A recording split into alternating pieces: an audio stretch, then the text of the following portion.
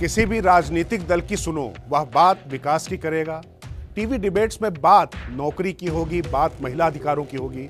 घोषणा पत्र गरीब की कुटिया से लेकर किसान के खेतों को सब्ज बाग दिखाते नजर आएंगे, मगर असल और अंतिम लक्ष्य सभी का वोटों का गणित साधना ही होता है।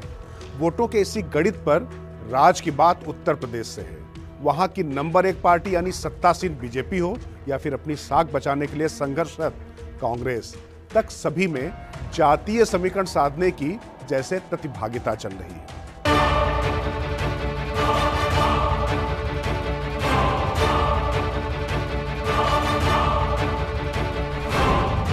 उत्तर प्रदेश में चुनावी जीत के कई फॉर्मूले हैं। पिछले कुछ दशकों से कभी मुसलमान यादव या फिर दलित ब्राह्मण या फिर गैर यादव ओबीसी या अन्य जातियों का समुच्चय। 2017 के विधानसभा चुनाव में नरेंद्र मोदी ब्रांड ने जातियों का बंटवारा काफी हद तक रोककर प्रचंड बहुमत से बीजेपी की सरकार बनवा दी थी। अब पिछले कुछ समय से लगातार कभी मुसलमान तो कभी पिछड़े और कभी ब्राह्मणों को लेकर ही सवाल उठ रहे हैं। मुसलमान तुम्हारा कैदी है क्या? मुसलमान तुमसे डरता है? बहुजन समाज हो, कांग्रेस हो, समाजवादी हो, बीजेपी हो, क्या इनके मन से लफ्ज मुसलमान निकलता है? हमेशा विमर्श में रहने वाला दलित मुद्दा इस दफा यूपी चुनाव में इतना मुखर और प्रखर नहीं है। यहाँ तक कि सबसे बड़ा दलित चेहरा बीएसपी सुप्रीमो मायावती भी अपने चुनाव निशान हाथी का महावत ब्राह्मण को बनाकर दलित ब्राह्मण केमिस्ट्री खेलने का संकेत कर रही है। वायदा करती हूँ बीएसपी की सरकार बनने पर ब्राह्मण समाज की भी सुरक्षा, सम्मान व तरक्की आदि का पूरा ध्यान रखा जाएगा।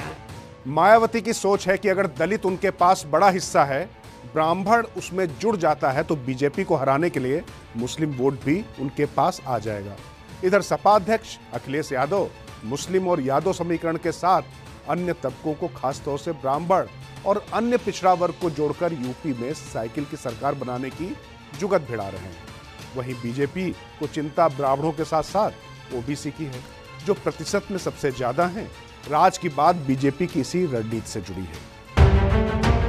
राज की बात यह है कि बीजेपी ने उत्तर प्रदेश के हर ओबीसी तक सीधे पहुंचने की कार्ययोजना तैयार की है। इसके तहत सभी बीजेपी जिला अध्यक्षों को एक बड़ा काम दिया गया है। जी हां, सभी जिला अध्यक्षों से उनके जिले के करीब 10,000 पिछड़े वर्ग के लोगों की सूची नाम, पते और फोन नंबर के साथ बनाने को कहा गया है। इस सूची के माध्यम से सभी लोगों के घर तक बीजेपी की तरफ से पत्र जाएंगे और उन तक लोग पहुंचेंगे कि मोदी सरकार ने पिछड़ों के हित में क्या काम किए हैं। मैं बीए वर्मा, मैं पंकज चौधरी ईश्वर की शपथ लेता हूं कि मैं विधि द्वारा स्थापित भारत के संविधान के प्रति सच्ची श्रद्धा और निष्ठा रखूंगा। आपको याद ही होगा कि यूपी में बीजेपी ने मंत्रिमंडल में पिछड़े वर्ग के कितने लोग मंत्री बने थे, उससे भी जगह जगह चस्पा किया था। बीजेपी अब उसी कड़ी में ओबीसी समुदाय तक सीधी राजनीतिक पहुंच बनाने की कोशिश कर उनका भरोसा कायम रखने की कोशिश करेगी। वहीं सत्ता की दौड़ से फिलहाल बाहर हो चुकी कांग्रेस भी पिछड़ा कार्ड खेलने की तैयारी में है। कांग्रेस सूत्रों के मुताबिक पार्टी महासचिव प्रियंका गांधी को ही चेहरा रखा जाएगा, लेकिन पिछड़ों के हित के लिए कांग्रेस अब ज्यादा आक्रामक प्रचार करेगी। खासतौर से ओबीसी और उनके आरक्षण को कांग्रेस मुद्दा बनाने की कोशिश करेगी। इस कड़ी में उनकी मांग होगी कि ओबीसी आरक्षण बिल को दोबारा तैयार किया जाए, जिसमें नई जातियों को भी शामिल किया जाए। मतलब साफ है कि यूपी में जनाधार खो चुकी कांग्रेस भी अपनी सियासी वैतरणी पार करने के लिए पिछड़े वर्ग की पतवार ही हाथ में बुलंदी से थामने जा रही है।